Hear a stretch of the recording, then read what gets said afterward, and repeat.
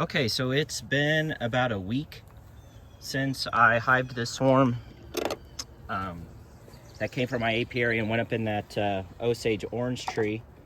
I've been feeding them 1-to-1 sugar syrup since I put them in here, so they have plenty of feed. This swarm was pretty small. They didn't have a lot of foragers available, so I just wanted to make sure they had plenty of food in here. You probably saw in the previous clip where I did find a virgin queen. This was right after I hived the swarm. I was just curious. And so she has since gone on her mating flights, and I did find her in here. So she has successfully mated, which is always exciting.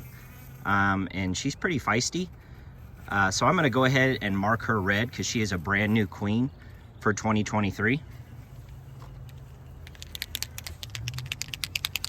And so I've got these red pens that I use, the POSCA, I don't even know how you pronounce it. And so I'm gonna try to position her to where I can trap her in between one of those openings. Get my pen ready. I've never used red before, so I gotta get the paint going here.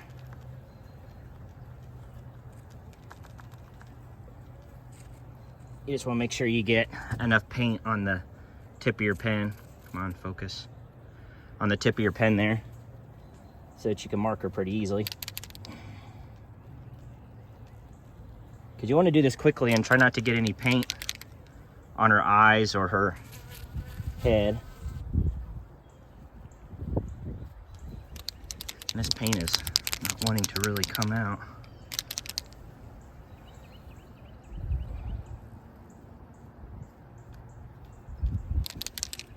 Bear with me here.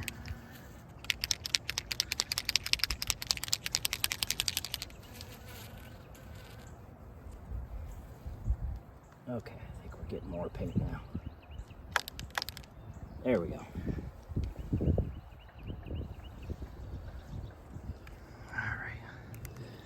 See if we can get her to turn around here. There we go. Right there, just like that. So she's perfectly lined up in there. And then you just put a, let's see here. Try to do this on camera is hard. She's rotated on me a little bit. I'm gonna let her back down, try to get a better angle.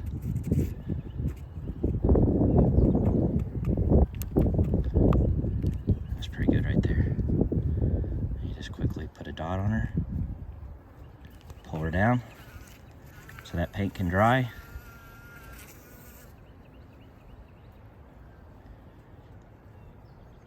It's easy as that.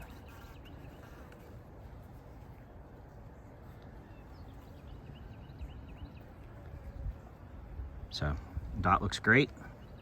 Just right there on top of her thorax. I'm not a fan of red, the red paints. I think they don't stand out as well as the yellows and the blues and the whites, but whatever. I didn't come up with this marking scheme. So again, I just wait about a minute and a half for that paint to dry on her thorax before I release her back into the colony, because I don't want them to scrape it off or scratch it off. I just let her crawl around in here. It's not a big deal. It's pretty exciting though when you get a mated queen returned to the hive. So she should be laying within the next couple of days. So I'll leave this colony alone for about a week, and then I'll come back and I just want to check for signs of life. Make sure that she mated successfully, that she's laying, all those good things. And I'm also going to keep an eye on their food stores. If I need to continue to feed them sugar syrup, I will.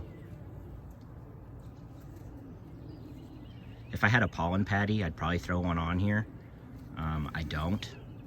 Hopefully they'll be okay. I'm hoping, they can convert some bees here to foragers and they can go out and get the natural pollen that's available.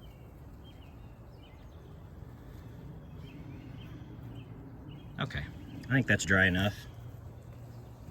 Release her back into the colony here.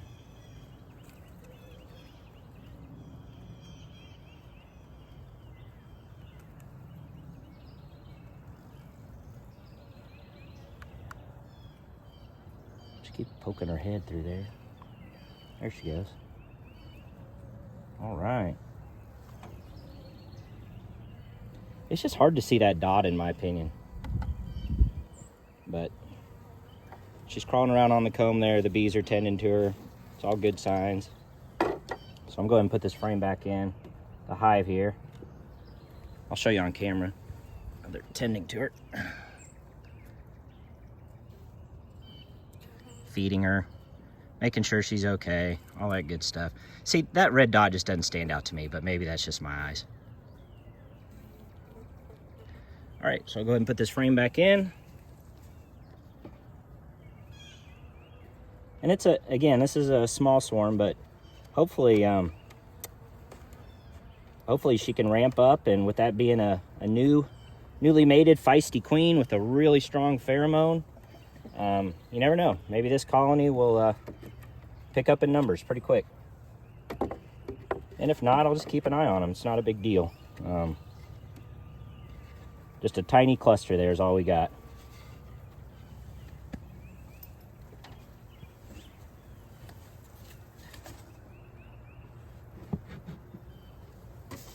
These are those little red tags I use. Someone was asking, do you number your hives or do you color code them, or how do you mark them? I just use these little plastic tabs. This is hive number 9, obviously. I just set them on top of the inner cover. Seems to work pretty well. Okay, so a week from now, I don't know. I may come back in here 3 or 4 days and just check their food stores. Make sure, or I just want to make sure they have enough food. If I don't see a lot of foraging activity, where they're bringing in the nectar that's available outside right now, I don't want this colony to starve. So I'm going to keep a close eye on it. I have been feeding them. They've gone through a gallon of this sugar syrup.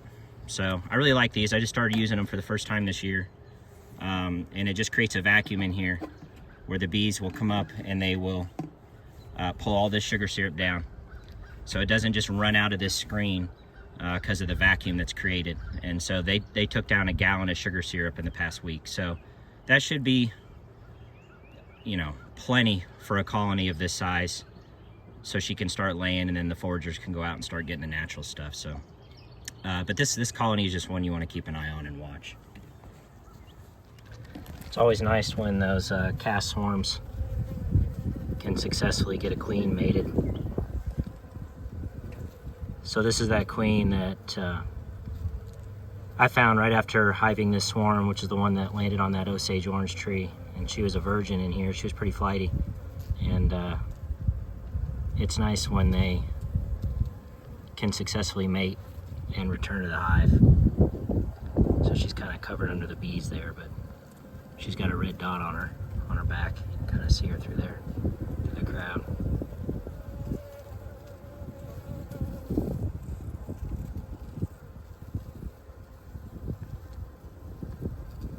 She's at the very bottom of that pile there. Right there, you can see that red dot. But I was going through here and just verifying that we have eggs. We do. I don't know if you can see it. Right down there. The camera doesn't really like to focus this close. There's also, you can't see them under the bees here, but there's some very young larvae in there. So this colony is small, but with us getting ready to enter the flow here, I think they'll be able to make it. I've been feeding them sugar syrup. I'll continue to do so until I see some good brood numbers in here.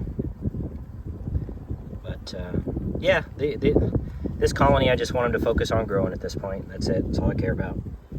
And try to get them successfully into the winter and then through the winter for next year. So we'll keep an eye on them and see how they do. But everything looks good. Good signs of life.